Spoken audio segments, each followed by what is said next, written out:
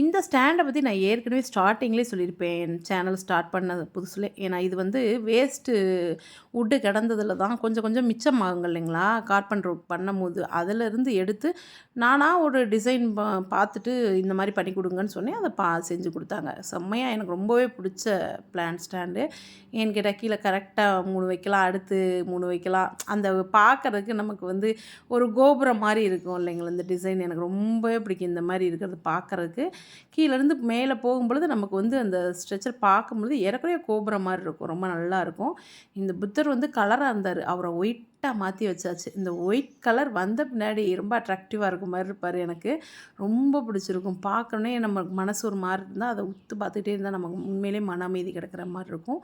இந்த பிளான்ட்ஸ் எல்லாமே வந்து இந்த ஸ்பைடர் பிளான்ட்லாம் வெளியில தாங்க இருந்தது. இப்ப எடுத்துட்டு வந்து உள்ள வச்சிருக்கேன் மாத்தி. ஏன்னா இன்டோர் பிளான்ட்ஸ் நெறைய இதாயிடும். அப்பப்ப மாத்திக்கிட்டே இருக்கணுங்க.